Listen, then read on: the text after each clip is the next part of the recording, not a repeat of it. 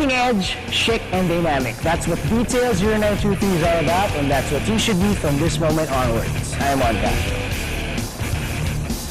So, stay stuck and you'll be in for a lot of thought-provoking and fun-filled surprises. I'm Ava Grande.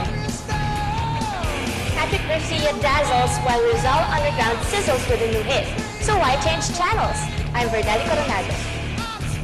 So kung gusto nyo ma-experience ang isang sensible mid-afternoon siesta, dito na kayo sa Details 0923 Barkada. I'm GB San Pedro.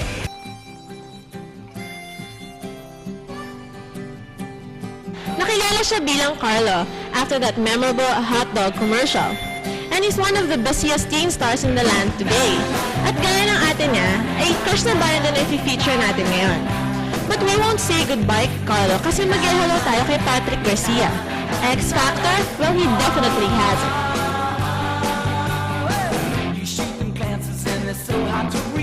This commercial is a vegan cheese. I was about 6 years old.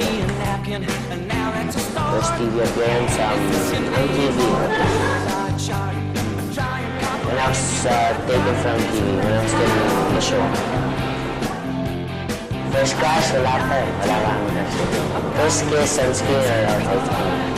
Bata pa ako para dyan. Suplado daw ako. May mga feedback sa suplado. Pero mabait. Ano, marami na bang kayong alam tungkol kay Patrick? Well, sabi nga nila, when it rains, it pours. And in Patrick's case, it floods pa nga. Ito po si Abigail Alcaraz para sa X Factor. And all I can say as of this moment is, goodbye, Carlo. See you next week. Again. Ava, don't you think Patrick and I will change, no? Except for the hair. Yeah, except for your age, you mean, right? Yeah. And when we get back, the children take center stage. And maybe your nose, Mon, because, like, you know, Patrick's nose is much more. The question is why? Why what? Why are you doing this to me, huh? Answer me, why? Come on, Mon, lighten up. I mean, friends are supposed to be honest with each other. You know, honesty is the best policy. And we're friends. Like, it depends on your definition of honesty. But does it mean to betray me, huh?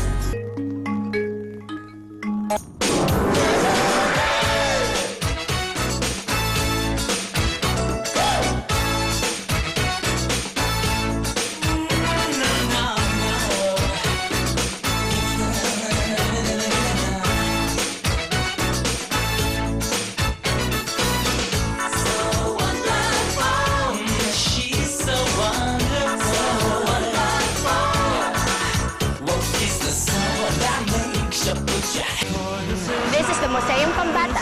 Where the kids, and of course kids smart like me, can enjoy the wonders of being young. And take home a little more knowledge about themselves and the world we all live in. And of course have fun in the process. I'm Vernelli Coronado. And I'm Mitch Young reporting for the E-Files!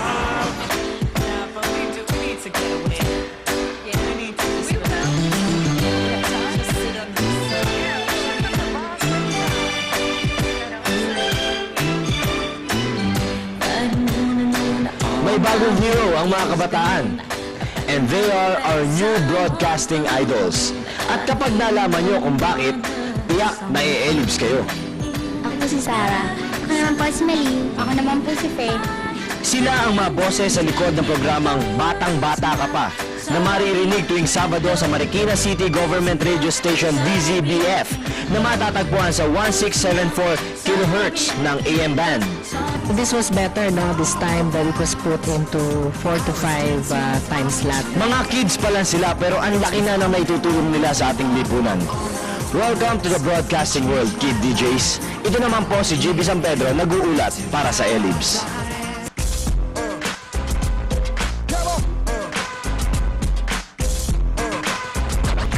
Kaya niyo? Kung ako tatanungin niyo? Hindi.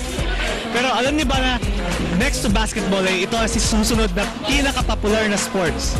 Well, makikita mo na maraming bilyaran sa tabi at iba naman may mga variations ng billiards. Well, bawat kanto ay may kanya-kanyang champions.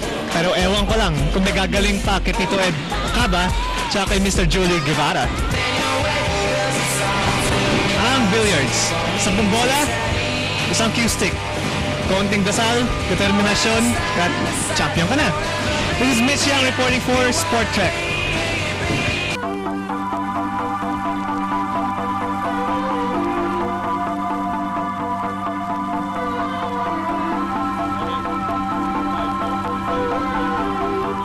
Sa ating araw-araw na buhay, hindi mabilang na kabataan ang nagiging biktima ng child abuse. Ito ay isang marahas na katotohanan ng kanilang pinagdaraanan.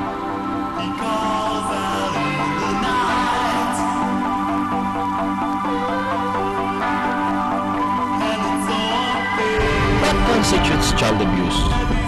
Ang child abuse ay maaaring masabi natin na iba-ibang forms of abuse na naranasan ng isang bata mula sa isang adult. Halimbawa, physical abuse, sexual abuse, psychological abuse, or emotional abuse. Ma'am, dito po ba sa inyo sa Women's Crisis Center, ano po ba yung kadalasang case na hinahawakan niyo? Sa aming kaso, marami na mga bata na children of battered women. Na kung ano yung gusto nila para sa anak nila, yun ang dapat gawin ng anak nila. Minsan, hindi lang yung mga fathers yung abuse ng mga bata. Hindi minsan, pati yung mga mothers. Kasi yung mga mothers na inaabuso rin sila ng kanilang asawa, ang tendency, ita-transfer nila yung anger nila, yung frustration nila doon sa mga anak. Ano po ba sa inyo talaga yung pinaka mainam na solusyon o siguro parang preventive measures para maiwasan yung mga ganito? Pang-abuso.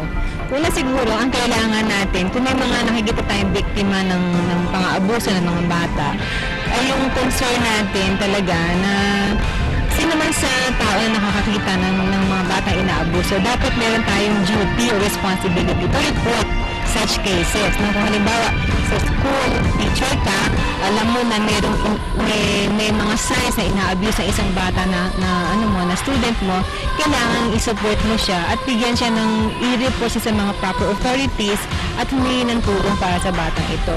Tapos para naman doon sa community as a whole, meron ka pangangailangan na baguhin natin yung ating pagtingin sa mga bata. Ma'am, yung po bang sa mga abusive na parents, ano po bang nagiging kaso po ng mga yun? Sa ngayon, meron tayong batas on child abuse o yung RA 7610 na alam ko na ayon sa pagkaalam namin. Kasama dito yung pagmamaltrato sa mga bata, yung pagbebenta sa mga bata sa prostitusyon, at saka yung yung sexual abuse sa mga bata ay kasama dito sa batas na ito, no, na pwedeng magamit ng ito yung batas na pwedeng maging resort o maging solusyon ng mga taong supportive sa isang batang inaabuso para makapag-seek siya ng justice o katarungan para sa kanyang kaso. Pero siguro dapat ngayon mamulat na ang mga tao, ang mga magulang, ang mga bata na ang mga bata ay may karapatan na mamuhay ng malaya, may karapatan sila na maglaro, may karapatan sila na magkamali, no? Na hindi kailangang pang-abuso o pananakit ang ating isukli sa kanilang mga misbehaviors. Children do what they see. Abuse them, and you'll start a cycle of violence. Love them, so they will learn to love the world.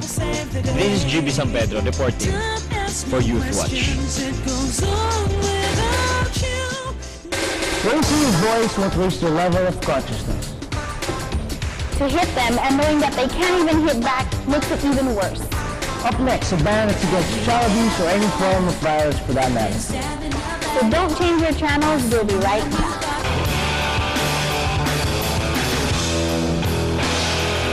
See, the thing is, before you can even think about plans, you're gone like a flash in the pan. Plan is back with a vengeance. After Sabado nights and Bulanggo, they're back with kasama at kasabay. Check this out. Okay, so anong klaseng music ba talaga yung music niyo? Doon kami tatalo eh. Si Mike gusto niya define as garage pop. Eh sa akin, it's more or less rock eh.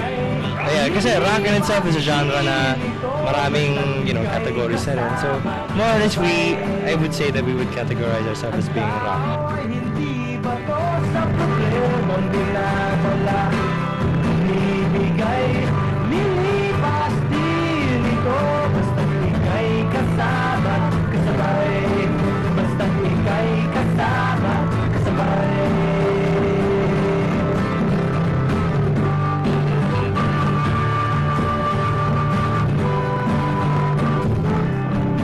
ganon dun sa Sabado night sa yung bilanggo nyo na mga MTVs na ginawa before?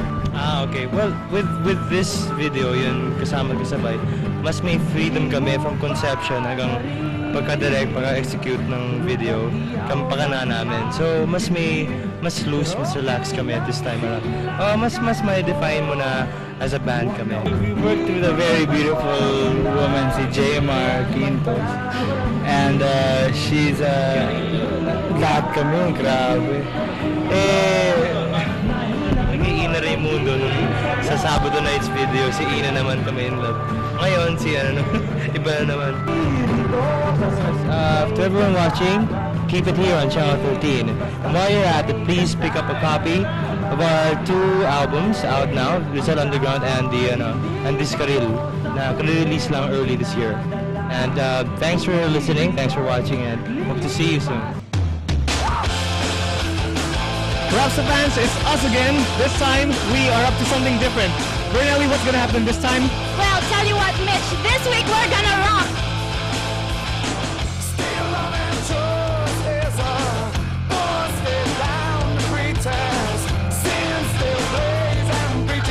You've seen the decor and you've heard the music, pero syempre, hindi magiging rock sa segment na ito kung hindi namin matitikman ang...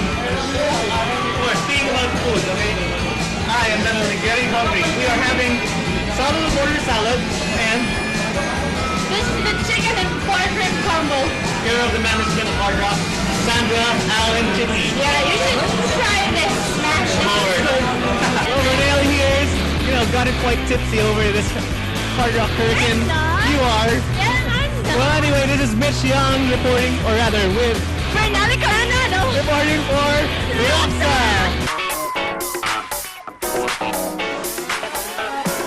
Si Tiara mean? Actually, ITR stands for initials.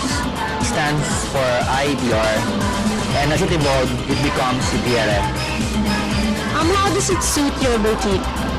Actually, it really, it fits really, it's kind of unique. So, we come up with a boutique that's also unique. Don't be a fashion victim. Don't pretend to be just an ordinary mannequin. Settle for the best and embrace the Itiara madness. This is Abigail Alcaraz. Strike your pose for Inca. Finally, children should be showered with affection and understanding. Animal activists cry foul whenever we click a dog. What more is to hit a child? Consider, this is beyond us. The scars that you impress on them may heal in the passing of time, but the painful memories might not. I'm Abigail. Children have rights too, and they deserve to be treated like human beings, like you and me. I'm Bernelli Coronado. Isipin niyo na lang kung gaano katakot ang bawat ibibigay niyong hagupit sa isang bata. What if that child is your brother or your sister? Hayaan niyo kayang mangyari ito sa kanila. I'm Gigi San Pedro. Well, that's about all the time we have for you this week. See you the next week, same time, same channel, right here on BDS 0923.